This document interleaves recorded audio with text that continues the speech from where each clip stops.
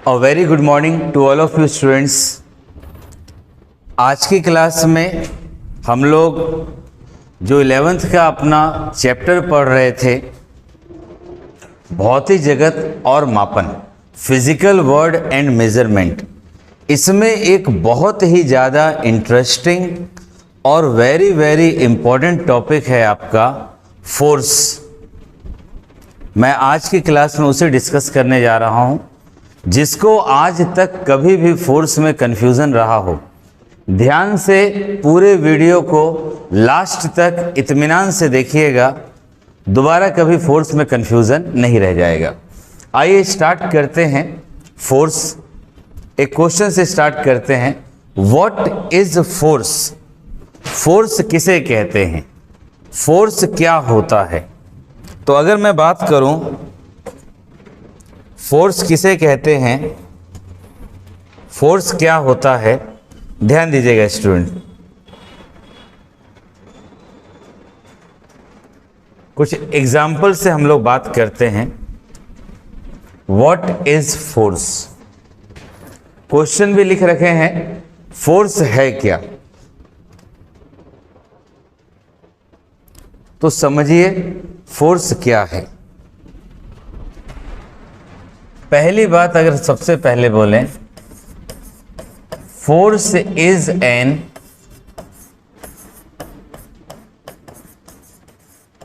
External agent. बल वह बाहरी कारक है। फोर्स एक एक्सटर्नल एजेंट है जो किसी बॉडी की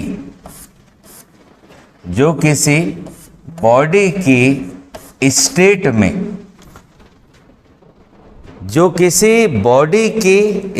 में, या किसी ऑब्जेक्ट के स्टेट में चेंज कर दे, परिवर्तन ला दे, चेंज कर दे। चेंज का मतलब, यदि मेरा बॉडी रेस्ट में है तो उसको मोशन में ला सकता है, या मेरा बॉडी मोशन में है तो उसको रेस्ट में ला सकता है, या मेरा बॉडी मोशन कर रहा है तो उसके डायरेक्शन को चेंज कर सकता है, या किसी ऑब्जेक्ट की शेप को चेंज कर सकता है। मॉरल ऑफ द स्टोरी, सबसे इंपॉर्टेंट कंसेप्ट क्या हुआ इसमें? Change. What is force? Force किसे कहते हैं? बल क्या है? बल वह बाहरी कारक है जो किसी ऑब्जेक्ट की, किसी वस्तु की अवस्था में परिवर्तन कर सकता है, उसके शेप में परिवर्तन कर सकता है, उसके डायरेक्शन में परिवर्तन कर सकता है। इसी बाहरी कारक को हम फोर्स कहते हैं। जैसे मान लीजिए हमने कहा कोई फुटबॉल रखा हुआ है, या चलिए इसको आपको हम एग्जाम्पल से दिखाते हैं। फोर्स क्या है?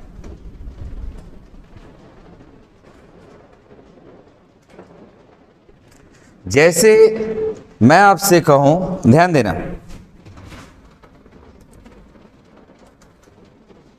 ये लड़का है, ये लड़का इस बक्से को या इस प्लाई के बोर्ड को ढकेल रहा है, पुश कर रहा है या धक्का देने का प्रयास कर रहा है, और ये मोशन करने लगता है। तो सीधी सी बात है, इसका जो मोशन हो रहा है, ये मोशन किसके कारण हो रहा है? जिस एक्सटर्नल एजेंट के कारण हो रहा है, वो फोर्स। या ये लड़का इस लकड़ी के प्लाई को या ऑब्जेक्ट को अपनी ओर खींचने का प्रयास करता है, ये खींच रहा है, खींचने के कारण इसका मोशन हो रहा है। तो ये जो कारण है, यही कारण क्या कहलाता है? फोर्स। यानी क्योंकि खींचने के कारण या फोर्स लगाने के कारण अगर ये पहले रेस्ट में था तो मोशन में आ गया, तो ये किसको बता रहा है? फोर्स को बता रहा है। और एग्जाम्पल हम देख सकते हैं,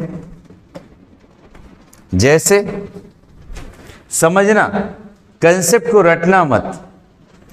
कभी पूछे तो आप एग्जाम्पल के बल पे अपना डेफिनेशन बना दीजिए। फोर्स क्या है? जैसे ये फुटबॉल रखा हुआ है, अब अगर फुटबॉल को से हमें गोल करना है तो निश्चित रूप से फुटबॉल को किक मारा जाएगा। जब फुटबॉल को प्लेयर किक मारेगा तो ये क्या लगाएगा? इसके ऊपर फोर्स लगाएगा, और उसी फोर्स के कारण जो फुटबॉल रेस्ट में है वो मोशन में आएगा। यानी वो बाहरी कारक जो एक स्टेट से दूसरे स्टेट में ले आ रहा है उसे हम क्या कहेंगे? फोर्स कहेंगे। और हम देख सकते हैं, जैसे ये रोलर है, अभी ये रोलर रुका हुआ है, पर अगर यहां से रोलर के ऊपर ढकेला गया, फोर्स लगाया गया, रोलर घूमना शुरू होगा, जिस कारण घास दबेगी, तो आप समझ सकते हैं ये चेंज किसके कारण हो रहा है? फोर्स के कारण हो रहा है। नहीं तो आप वैसे भी कह सकते हो इसका वेट है तो वो भी क्या डेवलप करेगा? फोर्स डेवलप करेगा। इसी प्रकार और एग्जाम्पल देखिए, जैसे इस वेट को हमें उठाना है तो उठाने के लिए निश्चित रूप से जो एक्सटर्नल एजेंट लगाया गया वो हमारा किसको बता रहा है? फोर्स को बता रहा है। या आप देख लीजिए, एक स्प्रिंग को खींचा गया या एक रबड़ को खींचा गया, या एक रबड़ को अगर हम खींचते हैं तो इसके खींचने के लिए जो बाहरी कारक है वो फोर्स है। अब आप सोचिए कि यहाँ पे रबड़ खींचने से पहले स्टूडेंट, रबड़ का जो साइज होगा वो छोटा होगा, पर जब हमने इसको खींचा यानी हमने इस पर क्या लगाया? फोर्स लगाया, तो आप बताइए इसका साइज बढ़ गया ना। तो फोर्स क्या है? फोर्स वह बाहरी कारक है, फोर्स वह बाहरी कारक है, force is that external agent which changes the state of object, जो किसी ऑब्जेक्ट की अवस्था को परिवर्तित कर दे। यदि रेस्ट में है तो मोशन में ला देगा, मोशन में है तो रेस्ट में ले आएगा, और साथ साथ किसी ऑब्जेक्ट की स्ट्रक्चर में परिवर्तन कर दे। पहले ये छोटा सा था, खींच दिए, अब इसका लेंथ बदल गया, तो ये किसको बता रहा है? फोर्स को बता रहा है। इसी प्रकार से अब मान लीजिए इस ढक्कन को हम खोलते हैं तो हमें पता है इस ढक्कन को अगर हम खोलेंगे तो देखिए, खोलने के लिए हम इस डायरेक्शन में इसको घुमाएंगे तो ये खुलेगा। अगर इसके डायरेक्शन को हम चेंज कर दें, इधर को घुमाने लगे तो ये बंद होने लगेगा। तो कहने का मतलब, अगर ढक्कन को खोलना है तो हमें ऊपर की तरफ फोर्स लगाना है, बंद करना है तो हमें नीचे की तरफ फोर्स लगाना है। ये हमें एक और कंसेप्ट देता है कि जो फोर्स है वो कहीं ना कहीं किससे संबंध रखता है? डायरेक्शन से संबंध रखता है। इसी प्रकार अगर और ज़्यादा फोर्स के बारे में हम बात करें तो जैसे ये आदमी ए है और ये दूसरा आदमी बी है, ध्यान दीजिएगा, ये ए हुआ, ये आदमी हमारा बी हुआ। अब हमने आपसे बोल दिया कि ये इधर से और ये इधर से धक्का दे रहा है।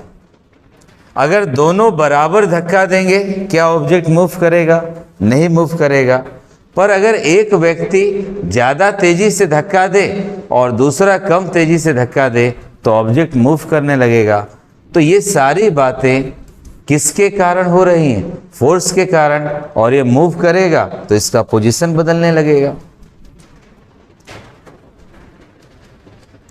इसी प्रकार से स्टूडेंट्स आप देख सकते हैं एक बैलून है, इस बैलून को अगर हम दबाएंगे तो बैलून पहले फूला हुआ था, अगर हम दबाएंगे तो बैलून का शेप बदलने लगा ना, पर उसका शेप क्यों बदल रहा है?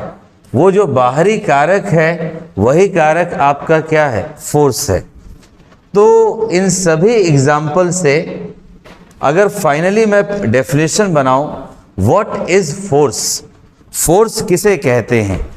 स्टार्टिंग में ही बताया, force is an external agent. Force कोई बाहरी कारक है और कॉज कारण है जो capable of changing the state of rest, जो किसी ऑब्जेक्ट की विराम अवस्था को, स्टेट को बदलने में सक्षम है। रेस्ट को मोशन में ला देगा, किसी बॉडी को जिस पर हम अप्लाई करेंगे तो हम क्या कहेंगे? फोर्स लग गया। या दूसरे शब्दों में देख लीजिए, फोर्स में बी डिफाइंड एज एजेंसी, कोई बाहरी ताकत और पुल और पुश, एक धक्का दे दिए या खींच दिए, धक्का या खींचने के बाद विच चेंजेस, जो परिवर्तन करता है या परिवर्तन करने की चेष्टा करता है रेस्ट में या मोशन में या उसके डायरेक्शन में, तो उसे हम फोर्स बोलेंगे। जैसे मैं आपसे बोलूं, आप इसको और समझ लीजिए, अब तक तो क्लियर हो गया होगा। जैसे ये मेरा फुटबॉल हो गया, यहां पे हमने किसी को बोला कि आप इसको किक कर दीजिए, आप इसको किक करते हैं, जैसे ही फुटबॉल को किक किया जाएगा फुटबॉल दूर जाएगा, रेस्ट से मोशन में चला गया। यानी force is defined as agency, a pull or push which changes or tends to change, जो परिवर्तन करता है या परिवर्तन करने की कोशिश करता है। कोई बॉडी रेस्ट में है तो उसको मोशन में ला देगा। अब ये फुटबॉल यहाँ पर पहुँचा, तब तक यहाँ कोई दूसरा प्लेयर है, वो दूसरे प्लेयर ने इस पे यहाँ से पैर लगा दिया, तो जैसे ही पैर लगाएगा इसका डायरेक्शन चेंज हो गया।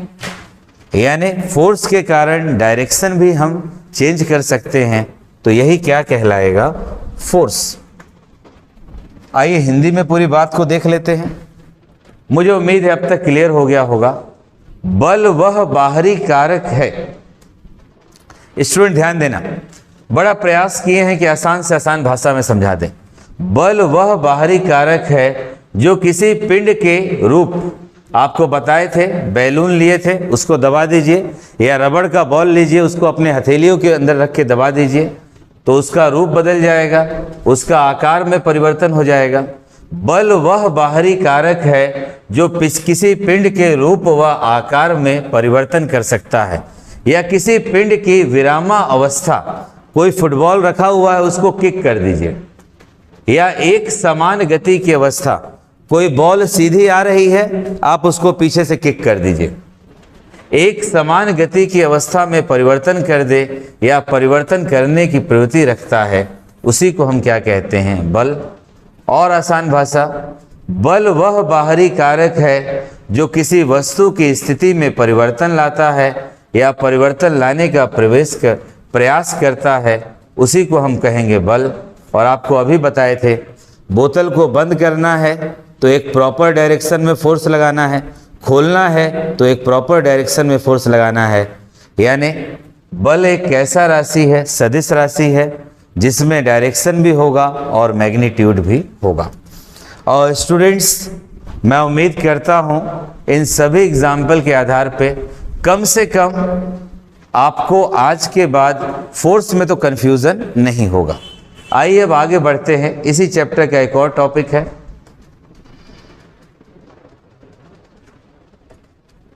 Fundamental forces in nature.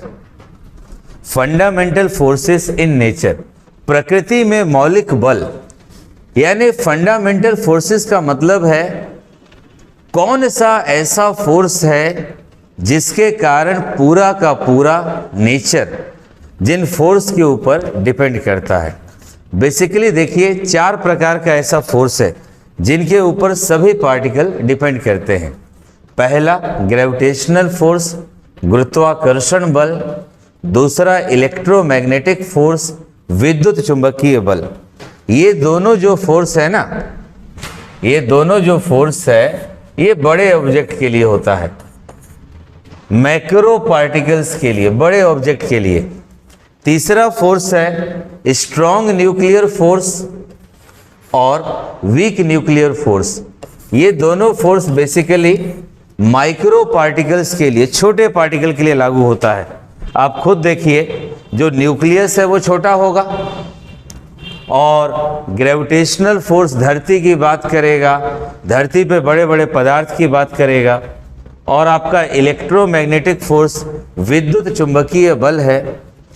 तो समझने का प्रयास करते हैं फंडामेंटल फोर्सेस इन नेचर। प्रकृति में मौलिक बल पहला है ग्रेविटेशन फोर्स। तो शुरुआत करते हैं स्टूडेंट्स, ग्रेविटेशन फोर्स क्या है। देखिए, थोड़ा समझने का प्रयास कीजिएगा। हम लोग भी अपनी तरफ से प्रयास कर रहे हैं कि आपको एक चैप्टर, दो चैप्टर नहीं, आपको पूरा का पूरा 11वीं या आपको पूरा का पूरा 12वीं अपने चैनल पे प्रॉपर रूप में जितना एनसीईआरटी का सिलेबस है या जितना कंपटीशन पॉइंट ऑफ व्यू से इम्पोर्टेंट है, जो हमारा क्षमता हो उसके अनुरूप हम आपको बता पाएँ। तो वही प्रयास है और कोशिश है कि धीरे धीरे आपको इसका परिणाम भी मिलेगा। जो लोग पढ़ेंगे नेचुरली कुछ इम्प्रूवमेंट होगा। आइए देखते हैं, पहला स्टार्ट करते हैं ग्रेविटेशन फोर्स।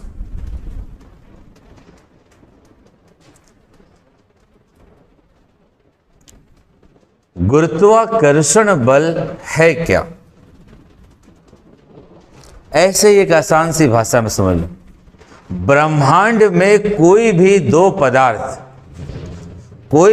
पदार्थ एक दूसरे को जिस फोर्स से आकर्षित करेंगे, यानी इस यूनिवर्स में उपस्थित कोई भी दो पदार्थ जिस फोर्स से एक दूसरे को आकर्षित करेंगे, अरे भाई पदार्थ है तो द्रव्यमान तो होगा ही ना। या दूसरे शब्दों में, दो द्रव्यमान वाले पदार्थ एक दूसरे को जिस फोर्स से आकर्षित करेंगे, वही फोर्स आपका ग्रेविटेशनल फोर्स है। कहा जाता है ऊपर से सेब गिरा, नीचे न्यूटन बैठे हुए थे, उनके ऊपर सेब गिरा तो वो सोचने लगे कि सेब नीचे ही क्यों गिरा। इसी आधार पे उन्होंने ग्रेविटेशनल फोर्स के बारे में बताया। तो हम भी आपको थोड़ा सा डिस्कस कर देते हैं। जैसे आप देखिए, अगर हम बात करें ग्रेविटेशनल फोर्स का, बहुत सीधा सा जवाब, अगर ये सेब है, ये ऊपर से पेड़ से गिर रहा है तो ये नीचे ही गिर रहा है। अब आपसे बोला जाए क्यों ये नीचे गिर रहा है, क्योंकि धरती इसको अपनी ओर अट्रैक्ट कर रही है। तो सीधी सी बात है, धरती के पास भी मास है और इस एप्पल के पास भी मास है, दोनों के बीच में अट्रैक्शन फोर्स लग रहा है। तो यही बात मैंने बोला, दो मैटर के बीच में जो अट्रैक्शन फोर्स लगता है उसी को ग्रेविटेशनल फोर्स कहते हैं। और एग्जाम्पल देखते हैं ग्रेविटेशनल फोर्स का। जैसे अब आप देखिए, हम लोग धरती पे खड़े हैं तो धरती हमारे ऊपर फोर्स लगा रही है, तो वो फोर्स ऑब्वियस है सेंटर की ओर लगेगा। ये कौन सा फोर्स है? ग्रेविटेशन फोर्स है। किसी बॉल का ऊपर से नीचे गिरना, धरती का उसको अपनी ओर खींचना, या किसी भी पार्टिकल का जिसके पास मास है, इस मार्कर को ही आप देख लीजिए, अगर मैं छोड़ दूं तो नीचे गिरेगा। या इस समय क्रिकेट के मैचेस चल रहे हैं, कोई बॉलर बॉलिंग करता है तो बॉल को थ्रो करता है तो बॉल ऊपर से नीचे गिरती है, बैट्समैन उसको हिट करता है तो बॉल ऊपर जाती है फिर नीचे गिरती है। बॉल का नीचे गिरना ही किसको बता रहा है? ग्रेविटेशनल फोर्स को, क्योंकि बॉल में भी मास है और धरती मास के कारण उसको अपनी ओर अट्रैक्ट खींच कर रही है। यानी वैसे पार्टिकल जिनके पास मास है उनके बीच में जो अट्रैक्शन फोर्स लगता है उसी अट्रैक्शन फोर्स को बोला जाएगा ग्रेविटेशनल फोर्स। और कुछ एग्जाम्पल्स हम लोगों ने बनाए हैं आपके लिए। अब जैसे देखिए, ये तो बहुत अच्छा एग्जाम्पल है। अगर मैं आपसे पूछूं स्टूडेंट्स, रियल में ये बेस्ट एग्जाम्पल है। आप देखिए कहाँ कहाँ ग्रेविटेशन फोर्स, ये चेयर है फर्श के ऊपर रखी है, यहाँ पे धरती उसको अपनी ओर अट्रैक्ट कर रही है, ग्रेविटेशन फोर्स। ये लड़का है चेयर के ऊपर खड़ा है, धरती इसको अपनी ओर अट्रैक्ट कर रही है, ग्रेविटेशन फोर्स। इस लड़के के हाथ में बॉल है, ध्यान दीजिएगा, बड़ा अच्छा एग्जाम्पल है। इस लड़के के हाथ में बॉल है और इस लड़के के हाथ में पत्ता था। लड़के ने दोनों को छोड़ दिया, दोनों को छोड़ता है, तो आप बताइए कौन पहले गिरेगा? बहुत सीधा सा बात है। आप भी कह दोगे सर कौन सी बड़ी बात है, कोई कठिन सवाल तो पूछ नहीं रहे। जिसका भार ज़्यादा है वो पहले गिरेगा, जिसका भार कम है वो बाद में गिरेगा। ये साबित करता है अगर दो पार्टिकल के बीच में ज़्यादा मास होगा, ज़्यादा वेट होगा, ग्रेविटेशन फोर्स ज़्यादा लगेगा। भार कम होगा, ग्रेविटेशन फोर्स कम लगेगा। यानी फोर्स ऑफ ग्रेविटेशन किसके ऊपर डिपेंड कर रहा है? वेट के ऊपर, भार के ऊपर डिपेंड कर रहा है। ये लड़का अगर इस टेबल से अचानक, इस कुर्सी से अचानक कूदे तो ऊपर तो नहीं ना उड़ने लगेगा, नीचे ही गिरेगा। क्यों नीचे गिरेगा? क्योंकि धरती इसको अपनी ओर ग्रेविटेशनल फोर्स लगा रही है। तो स्टूडेंट्स हर जगह तो ग्रेविटेशन फोर्स है। और भी हम एग्जाम्पल देख सकते हैं, या आप इन सभी एग्जाम्पल के आधार पे डेफिनेशन भी हम बना सकते हैं। आइए देखते हैं क्या है definition. In the universe, in the universe यानी संपूर्ण ब्रह्मांड में, संपूर्ण ब्रह्मांड में each particle of matter, each particle पदार्थ का हर कण, और पदार्थ हो गया तो याद रखना मैटर हो गया, इसका मतलब इसके पास मास भी होगा और ये जगह भी घेरेगा और ये स्पेस भी घेरेगा। इन द यूनिवर्स, संपूर्ण ब्रह्मांड में ईच पार्टिकल ऑफ मैटर, हर पदार्थ, हर छोटे से छोटा, बड़े से बड़ा पदार्थ जिसके पास मास है, वो किसी दूसरे मास वाले पार्टिकल को क्या कर रहा है? अपनी ओर अट्रैक्ट कर रहा है, अपनी ओर अट्रैक्ट कर रहा है। तब तुम लोग बोलोगे सर चिपक क्यों नहीं जाता? पर इतना भी ज्यादा अट्रैक्शन नहीं है, अपनी ओर अट्रैक्ट कर रहा है। उसी अट्रैक्शन फोर्स को हम क्या कहते हैं? Gravitation force. In the universe, each particle of matter attracts every other particle. This universal force of attraction is called gravitation force.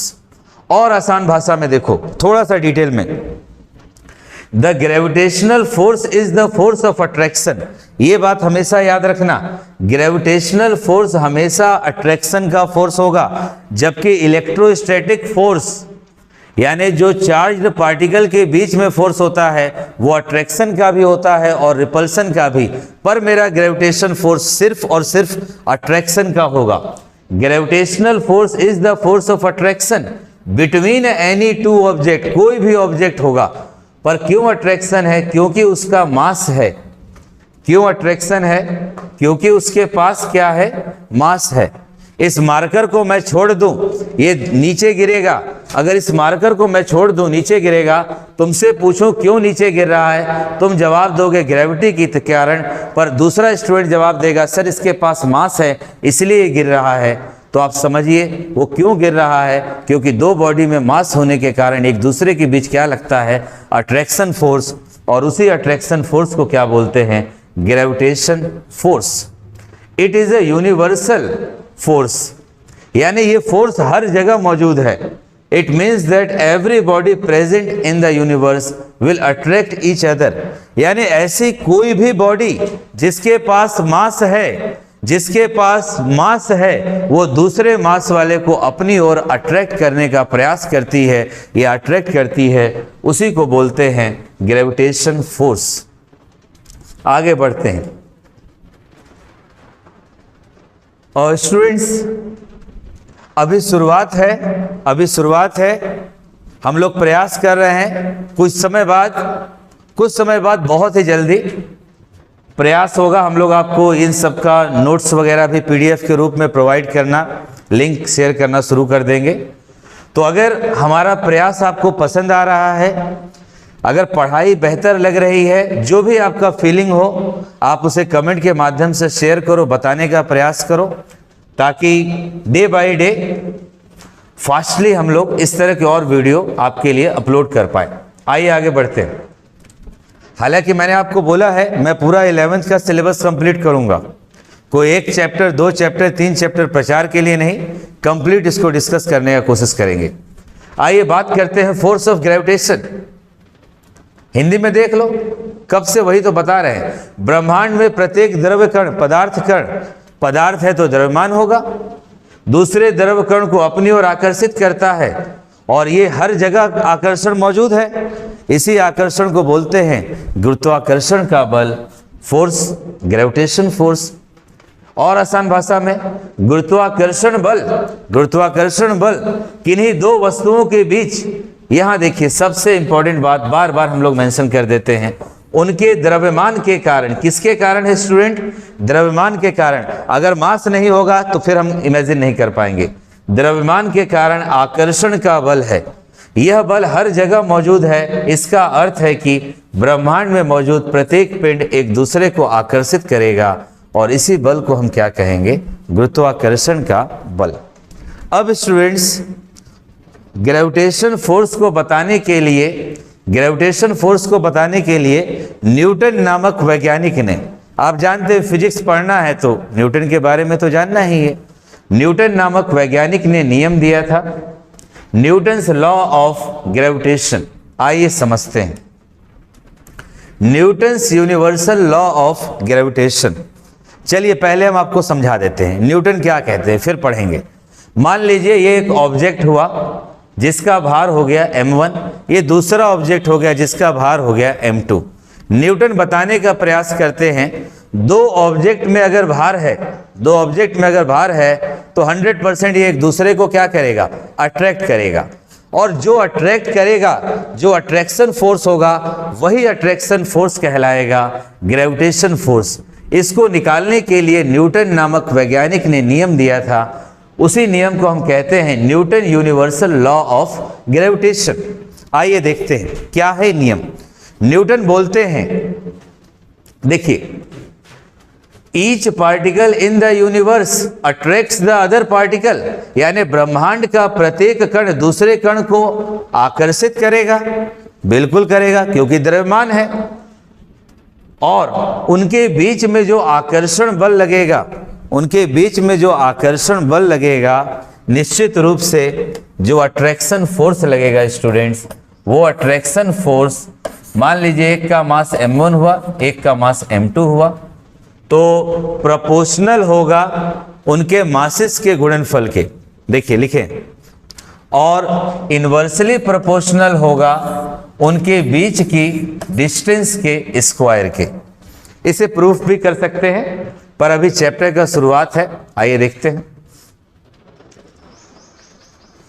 ब्रह्मांड का प्रत्येक कण दूसरे कण को ऐसे बल से आकर्षित करता है जो कणों के द्रव्यमान के गुणनफल के सीधा समानुपाती होता है, यानी उनके मासेस के प्रोडक्ट के सीधे प्रोपोर्शनल है, यही आपको बताया।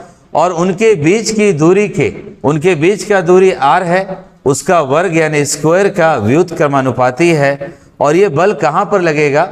दोनों आवेशों को मिलाने वाली रेखा पर लगता है। ये न्यूटन का नियम था। आइए इसको थोड़ा सा डिटेल में देखते हैं।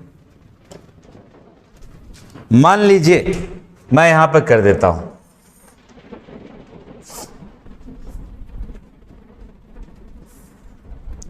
आइए देखते हैं। सपोज दैट दो बॉडी है, कोई भी दो बॉडी, दो लड़का भी तुम ले सकते हो या कुछ भी ले लो जो तुम्हें पसंद हो। मैं m1 ले लेता हूं। मान लीजिए एक बॉडी है m1 और ये हमारा दूसरा बॉडी है m2। बिल्कुल, दोनों के पास मास है, दोनों को मिलाने वाली रेखा खींचना जरूरी है।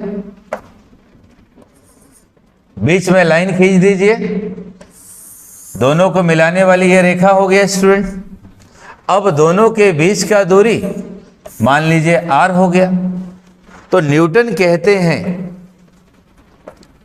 ये पहला पिंड ध्यान देना, बड़ा कंफ्यूजन हो जाता है। पहला पिंड दूसरे वाले को अपनी ओर खींचेगा, लोग खींच रहे हैं, तो दूसरा वाला बोलेगा मैं भी तुमको खींचूंगा, लोग खींच रहे हैं, तो इनके बीच में जो फोर्स लगा वही ग्रेविटेशन फोर्स है।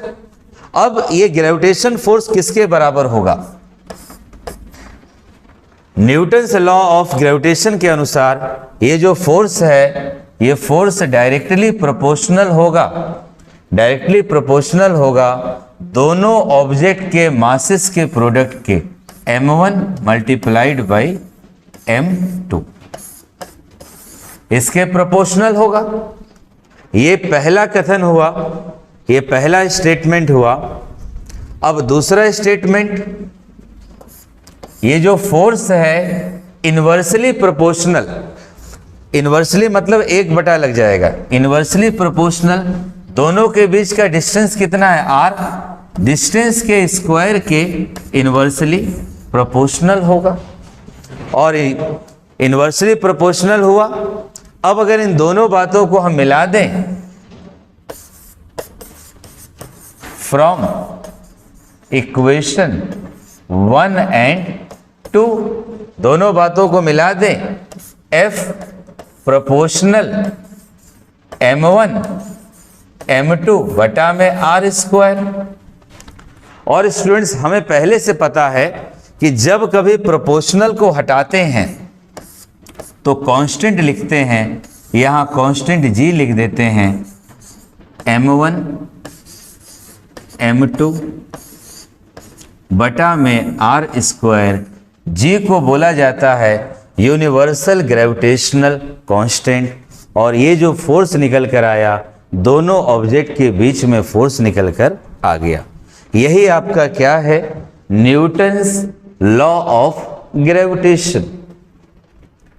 अब अगर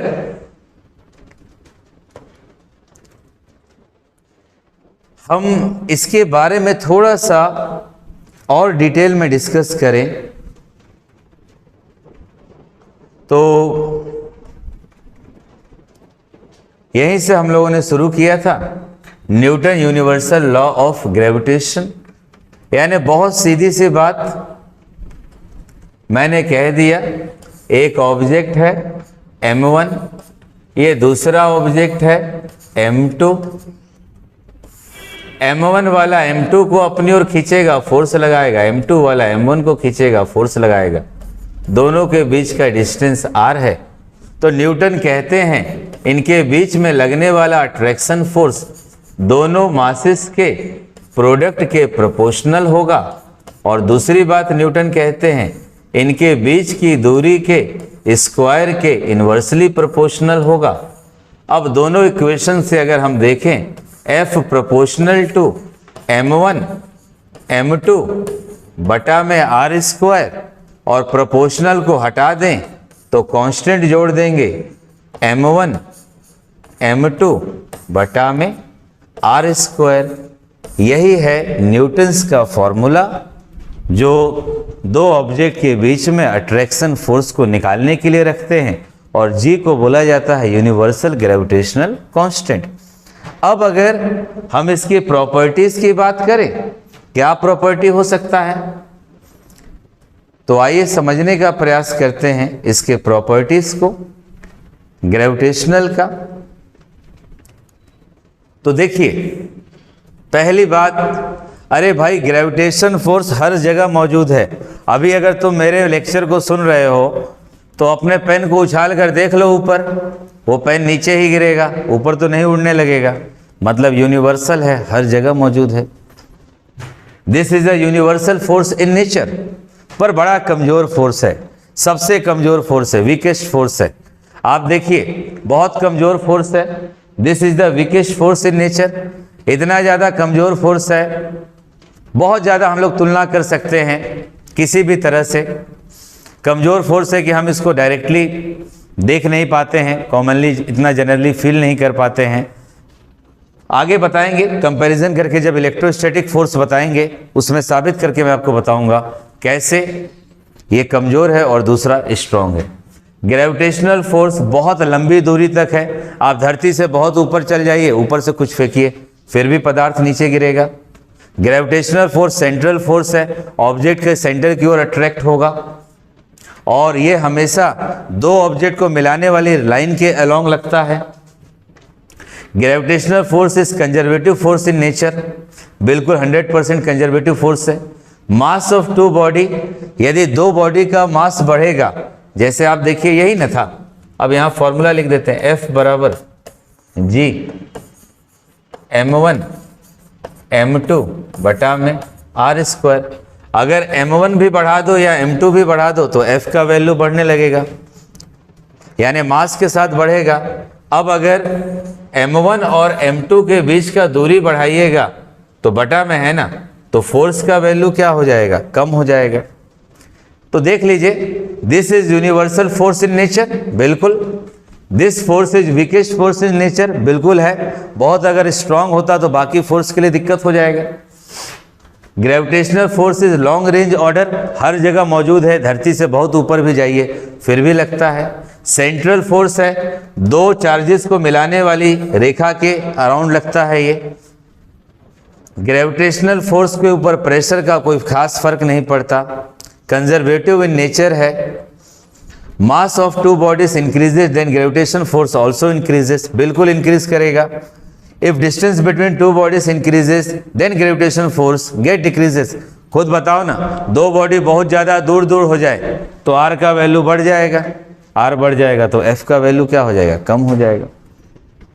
इसके ऊपर स्टूडेंट्स हम लोग न्यूमेरिकल्स भी करेंगे, प्रैक्टिस भी करेंगे। आपको मैं बार बार बता रहा हूँ, I am trying to give my 100% to my students. मैं अपने छात्रों को अपना जो 100% हो सकता है मैं देने का प्रयास कर रहा हूँ। कोचिंग पढ़ाने की वजह से समय कम होता है, फिर भी हम लोग इस पर रेगुलरिटी मेंटेन रखेंगे। तो आप सबसे स्टूडेंट्स यही रहेगा, एक छोटा सा सपोर्ट, अगर बेहतर लगता है तो वीडियो को शेयर करना है, लाइक करना है, सबके बीच में इसका चर्चा करना है और साथ साथ रेगुलर वीडियोस को देखिए। और अगर आप देखिएगा तो हम गारंटी दे रहे हैं आपको फिजिक्स रटना नहीं पड़ेगा, सबसे आसान बन जाएगा समझते हुए। हिंदी में देख लो, यह एक सार्वत्रिक यानी हर जगह मौजूद और मूल बल है, बिल्कुल है, जो आकर्षण प्रकृति का होता है। यह सबसे दुर्बल प्रकृति का बल है, कमजोर है, तभी और बल अस्तित्व में भी हैं, उनको हम महसूस कर पाते हैं। गुरुत्वाकर्षण बल बहुत दूर तक लगता है, केंद्रीय बल है, दो पिंडों को बीच जोड़ने वाली रेखा पर कार्य करता है। दो पिंडों के बीच गुरुत्वाकर्षण बल पिंड के दबाव से स्वतंत्र होता है, प्रेशर का खास फर्क नहीं पड़ता। यह संरक्षीय प्रकृति का होता है। जैसे जैसे पिंड का द्रव्यमान आप बढ़ाइएगा गुरुत्वाकर्षण बल भी बढ़ेगा। और ठीक वही बात, अगर दूरी को बढ़ाते जाओगे तो ग्रेविटी का मान घटने लगेगा। तो स्टूडेंट्स, ये था आपका ग्रेविटेशन का कंसेप्ट। न्यूमेरिकल्स भी हम लोग करेंगे टाइम टू टाइम, या अगले लेक्चर में कुछ न्यूमेरिकल्स भी आपको करवा देंगे और नेक्स्ट फोर्स के बारे में बताएंगे। Lastly, teaching point of view से अपने स्टूडेंट्स के लिए कुछ बेहतर लाइंस हैं। शिक्षा का सही उद्देश्य तथ्यों का नहीं बल्कि मूल्यों का सही ज्ञान है। कहने का मतलब, सिर्फ आप बाहर से रट लीजिए, गहराई में आपको नॉलेज ना हो तो फिर उस एजुकेशन का कोई पर्पस नहीं है। और स्टूडेंट्स, एक जनरली कोई भी काम आप कीजिए, ईमानदारी से कीजिए। 10 मिनट पढ़िए, 10 मिनट आप ऐसे पढ़िए जैसे कल आपको एग्ज़ाम देना है, तो वो 10 मिनट आपके 100 मिनट को पीछे कर देंगे। तो कुछ इस वे में पढ़ाई कीजिए, बाकी हम लोग आपके लिए लगे ही हैं। तो उम्मीद है, आज के लेक्चर का मेरा उद्देश्य था कि मेरे छात्रों को अगर कभी फोर्स में कन्फ्यूज़न हो तो ये लेक्चर उस कन्फ्यूज़न को दूर कर दे। मेरे स्टूडेंट्स को अगर कभी भी ग्रेविटेशन फोर्स में कन्फ्यूज़न हो, ये लेक्चर क्लियर कर दे। आई होप आप लोग एंजॉय किए होंगे आज का लेक्चर। Thank you students.